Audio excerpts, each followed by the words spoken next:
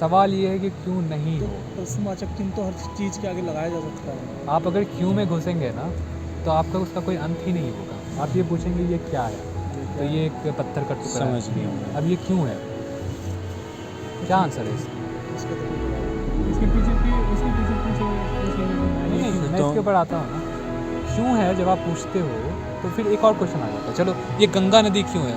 Well, glacier से बहती है इसीलिए है। ग्लेशियर क्यों है?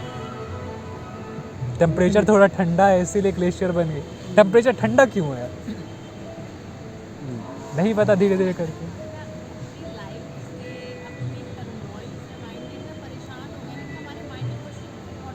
आता है क्यों है। अब हम इसके ऊपर आते हैं शांत ना। नहीं हो पाते। अब इसके ऊपर आते हैं धीरे धीरे करके। तो जितना आप इसके भीतर घुसतेंगे कि ठंडा क्यों है, तो आप एक सर्टन पॉइंट पे पहुंचेंगे जब इसका कोई आंसर ही नहीं मिलेगा। रीज़न क्या है इसका, इसके ऊपर भी हम आएंगे। पहले आप ये समझो कि क्यों का सही मायने में कोई उत्तर ही नहीं है। अगर आप पूछोगे कि ये नदी क्यों है, इसका कोई उत्तर नहीं है।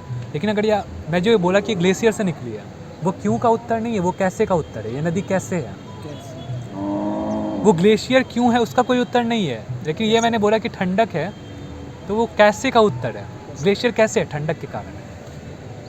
क्वेश्चन हमें सही से फॉर्म करना पड़ेगा। क्यों का उत्तर ही नहीं है। क्रिएशन कैसे है ये पूछना चाहिए। हाँ, उसका उत्तर दे सकते हैं, लेकिन क्वेश्चन ये क्यों क्यों का है जो क्वेश्चन है, क्रिएशन, फॉर्म में इसका चेंज करना है। इसका कोई इसका आंसर उत्तर ही नहीं नहीं है। है। हाँ, इसका नहीं है। खुद पूछो ना, एक ही कुछ भी पूछ लो ना कि ये गाय क्यों है, बताओ इसका आंसर। या हम लोग क्यों है, ये संसार क्यों है। नहीं, क्यों है, हाँ, है नहीं, वो जो क्यों है को मिटा दो, वो क्यों।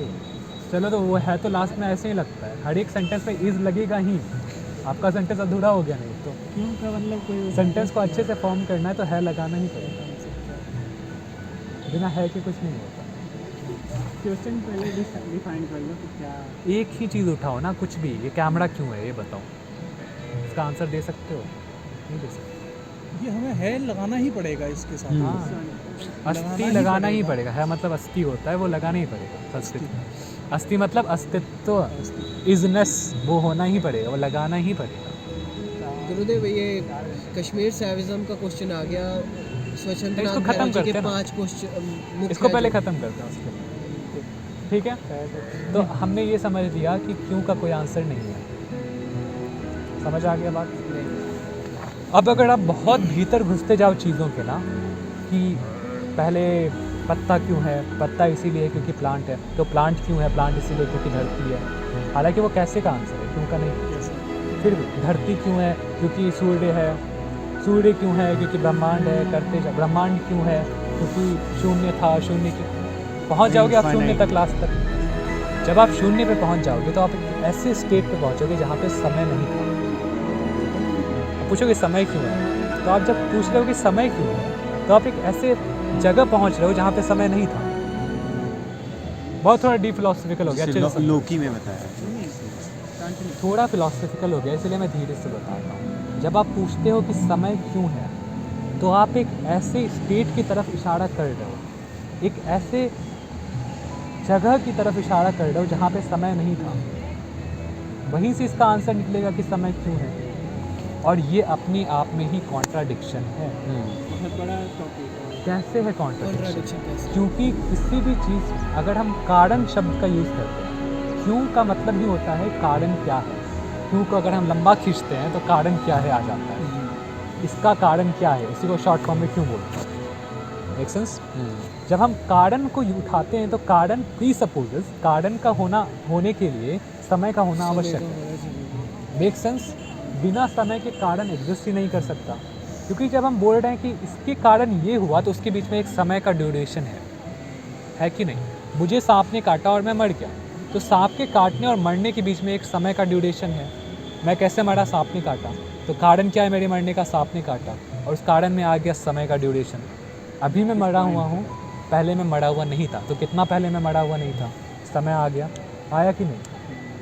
कारण बिना समय के एग्जिस्ट नहीं कर सकता, कर सकता है तो जो सांख्य दर्शन में बताया गया, जो कि मतलब एक मतलब शक्ति जो है अपने आप को ही मतलब एक्सप्रेस करती है, मतलब दूसरी फॉर्म में इसके हम आते हैं ना, वो बस अभी ये confusing सा हो बताइए गया थोड़ा। क्या समय कभी खत्म हो जाता है?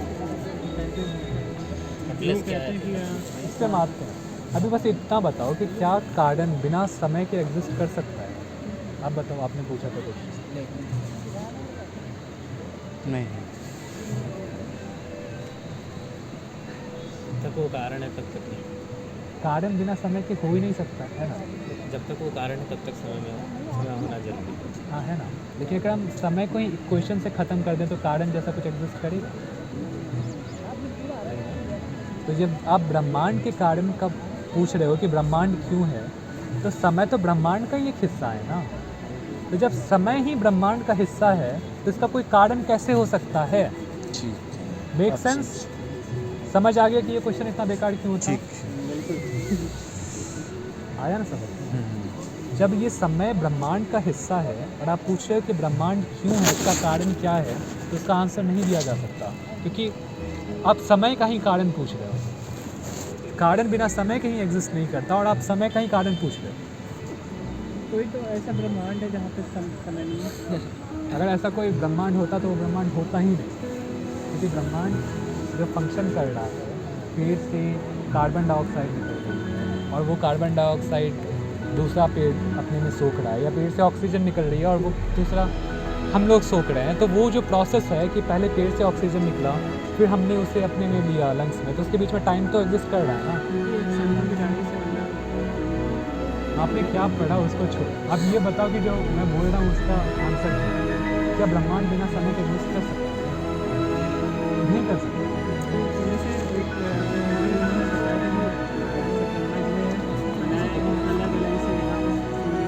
कई सूर्य हैं। उन्होंने क्या बताया? I don't care. आप लॉजिकली क्या ब्रह्मांड बिना समय के एग्जिस्ट कर सकता है? और का इतना फैक्ट तो है कि पैर नहीं सोया किसी का भी, 4-5 घंटे हो चुके हैं, इतना समय बैठते नहीं। क्या ब्रह्मांड बिना समय के एग्जिस्ट कर सकता है? तो ब्रह्मांड का ही एक हिस्सा है समय, और बिना समय के कारण एग्जिस्ट नहीं कर सकता। तो ब्रह्मांड का कारण क्या है, ये क्वेश्चन, इसका आंसर दिया जा सकता है? नहीं दिया जा सकता। इसको सेकंड वे में भी लिया जा सकता है। अब हम इसके ऊपर आगे बढ़ते हैं, तो उसका क्या प्रयोजन क्या है? क्यों जानना है कि ब्रह्मांड का कारण क्या है? कारण का हमें क्या क्यों ज़रूरत पड़ता है? अब देखना, इस बात को नोटिस करो, ये बहुत इंपॉर्टेंट है। इसको ख़त्म करके हम लोग सेशन को ख़त्म करेंगे, ठीक है? जब हम बहुत दुखी रहते हैं तभी हमारे दिमाग में आता है कि भाई जीवन का क्या कारण है या नहीं। जब हम अंदर से बहुत दुखी होते हैं तभी हम सोचते हैं कि क्यों बनाया भगवान ने ये सब, क्यों है ये। जब हम किसी से बहुत ज़्यादा सफ़र कर रहे होते हैं, किसी चीज़ से, किसी इंसिडेंट से, तभी हम सोचते हैं ये क्यों है, क्या है पर्पस लाइफ का। ये क्वेश्चन तभी उठता है जब हम बहुत दुखी रहते हैं, है या नहीं? है या नहीं? कोई मेरे अगेंस्ट बोलना है किसी को? ये क्वेश्चन तभी उठता है जब हम बहुत दुखी होते हैं। जब आप खुश रहते हो तो कभी आपने सोचा कि ये दुनिया क्यों है, ये खुशी क्यों है? फिर कोई थॉट ही नहीं आता, विचार ही नहीं आता। कभी आप सोचेंगे ही नहीं। तो बस उस तो आप समझ रहे मोमेंट में हो। हम लोग जीते हैं। हाँ, तो आप समझ रहे हो इसका आंसर क्या है?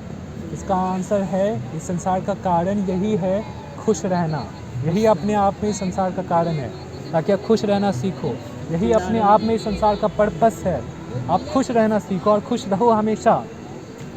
जब आप खुश रहोगे तो पर्पस का क्वेश्चन ही नहीं आएगा मन में। शंकराचार्य ने कहा है, चिदानंद रूपम शिवम। जी है ना? जी। तो आप आनंद को एक्सेस कर लो, खुशी को एक्सेस कर लो, इसका कोई क्वेश्चन ही नहीं उठेगा इस संसार का पर्पस क्या है। और जब आप इस आनंद में रहते हो, स्ट्रेस ख़त्म हो जाता है आपका। जब आप इस आनंद में रहते हो, फिज़िकल हेल्थ आपका ब्यूटीफुल हो जाता है, आप पूरी तरह से फिट हो जाते हो। Stress is the leading cause of fat या ओबेसिटी, और obesity is the leading cause of all the diseases. ठीक है? कुछ भी आपको अस्थमा से लेके कैंसर तक भी हो, सबका लीडिंग कॉज फैट होता है। ठीक है? बहुत। और फैट का लीडिंग कॉज स्ट्रेस होता है। अगर आप इसके और डीप में जाएंगे, हालांकि समय बहुत कम है, बट अगर डीप में जाएंगे तो हम आपको बता सकते हैं कैसे होता है। बेसिकली जब आप स्ट्रेस में होते हो तो आपका ईटिंग हैबिट अलग हो जाता है, आप बहुत ज़्यादा खाने लगते हो। और जब बहुत ज़्यादा खाने लगते हो और जब आप स्ट्रेस में रहते हो तो बॉडी आपको फाइट या फ्लाइट के लिए प्रिपेयर करने के लिए आपके लीवर में जो ग्लाइकोजन होते हैं, ग्लाइकोजन होते हैं, उसे ग्लूकोज में परिवर्तित करता है, ताकि आपकी बॉडी को एनर्जी मिले लड़ने के लिए, फेस करने के लिए, भागने के लिए। ठीक है? और वही ग्लूकोज जो है नहीं, वो वही ग्लूकोज डायबिटीज़ कॉज करता है, शुगर कॉज करता है। तो stress is the leading cause of all diseases. पहले ये बात समझ लो। जब आप खुश रहोगे तो आपका बॉडी ऑटोमेटिकली हेल्दी। जब आप खुश रहोगे तो आपका न्यूमरस रिसर्चेस है, अगर किसी को चाहिए तो मैं भेज दूँगा, कि आपका माइंड बहुत ज़्यादा इंप्रूव होता है, कॉग्निशन इंप्रूव होता है, मेमोरी इंप्रूव होता है, कॉन्सेंट्रेशन इंप्रूव होता है, long term memory, short term memory दोनों इंप्रूव होते हैं। और फाइनली जब आप खुश रहते हो तो ये यम नियम जो दूसरों को दान देना, दया, अच्छे से बिहेव करना, ये ऑटोमेटिकली आता है या नहीं? इसी में इंक्लूड हो जाता है। आता है या नहीं? आपको कॉन्शियस एफर्ट लगाना नहीं पड़ेगा दूसरों को दान देने के लिए, वो अपने हार्ट से निकलेगा। दूसरों के अच्छे से बिहेव करने के लिए आपको एफर्ट नहीं लगाना पड़ेगा। आप खुश हो के आप अच्छे से प्यार से बात करोगे। लेकिन ये भी होता है कि जब हम लोग कुछ देते हैं तो अंतरात्मा मतलब बहुत खुशी महसूस होती है। एग्जैक्टली, वही चीज़। दोनों चीज़ें आपस में देखिए। आप खुश रहोगे तो अपने आप दोगे, आप दोगे तो अपने आप खुश रहोगे। हाँ करते हैं इस चीज़ की। हाँ, वही चीज़ फील होती है। ठीक है, तो ये सब कुछ का एक ही निचोड़ है लाइफ के पर्पस का, सब कुछ का, कि आप खुश रहना सीखो और आप हमेशा खुश रहो। जो भी इंसान आके आपको बोल रहा है कि खुशी तुम्हें स्वर्ग में मिलेगी, यहाँ पे तुम तपो, उससे दूर रहो। वो इंसान ना अपना खुश है ना आपको खुश रहने देगा। खुश यहाँ रहना है और अभी रहना है। और जब तक आप खुश नहीं रहोगे, साधना भूल जाओ, साधना नहीं होने वाला। साधना रहने का एक पहला स्टेप है कि आप दूसरों से अच्छे से व्यवहार करो, दूसरों को दान दो, दूसरों में अपने आप को देखो, संसार के साथ एक हार्मनी में रहो। और वो तब तक नहीं होगा जब तक आप खुश नहीं रहते। कोशिश कर लो, जाओ, दिया मैंने चैलेंज, नहीं हो पाएगा। जब आप खुश रहोगे तो ऑटोमेटिकली आप संसार से एक हार्मनी फील करोगे। हाँ, जब आप दुखी रहते हो तो आप अकेले रहने का मन करता है। जब आप खुश रहते हो सबके साथ रहने का मन करता है। जब आप खुश रहोगे तो दान अपने आप निकलेगा, अच्छा बिहेवियर अपने आप निकलेगा, दया अपने आप इससे निकलेगा चित्त भी शुद्ध होता है। और चित्त भी शुद्ध होगा। जब तक आप खुश नहीं रहोगे आप साधना नहीं कर पाओगे। और जब आप खुश रहोगे तभी आप साधना में सक्सेसफुल होगे। तो इसका पहला स्टेप ही है खुश रहना। यहाँ से अगर कुछ ले जाना है तो यही लेके जाओ कि खुश रहना है।